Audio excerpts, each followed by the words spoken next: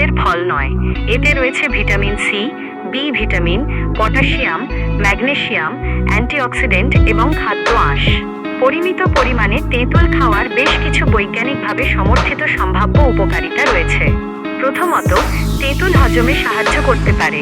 এতে থাকা খাদ্য আঁশ অন্ত্রের স্বাভাবিক কার্যক্রমে সহায়তা করে এবং কোষ্ঠকাঠিন্যের সমস্যা কমাতে সাহায্য করে। দ্বিতীয়ত, তেঁতুলে থাকা ভিটামিন সি ও অ্যান্টিঅক্সিডেন্ট শরীরের রোগ প্রতিরোধ ক্ষমতাকে সমর্থন করে এবং কোষকে ক্ষতিকর ফ্রি র্যাডিকেলের প্রভাব থেকে রক্ষা করে।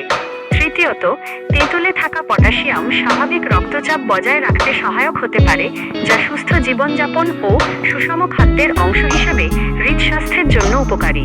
চতুর্থত, তেঁতুলের অ্যান্টিঅক্সিডেন্ট অক্সিডেটিভ ক্ষতি কমিয়ে ত্বককে সুস্থ ও উজ্জ্বল রাখতে ভূমিকা রাখে।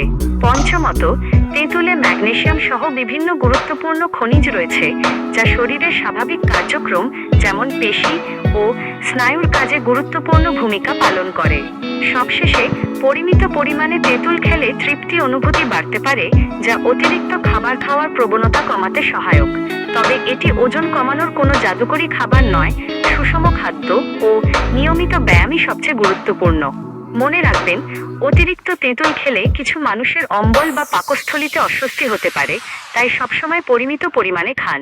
ভিডিওটি যদি ভালো লেগে থাকে তাহলে একটি লাইক দিন, আপনার মতামত কমেন্টে জানান এবং স্বাস্থ্যকর খাবার সম্পর্কে আরও তথ্য পেতে ফ্রুট সায়েন্স বাংলা চ্যানেলটি সাবস্ক্রাইব করুন। ধন্যবাদ।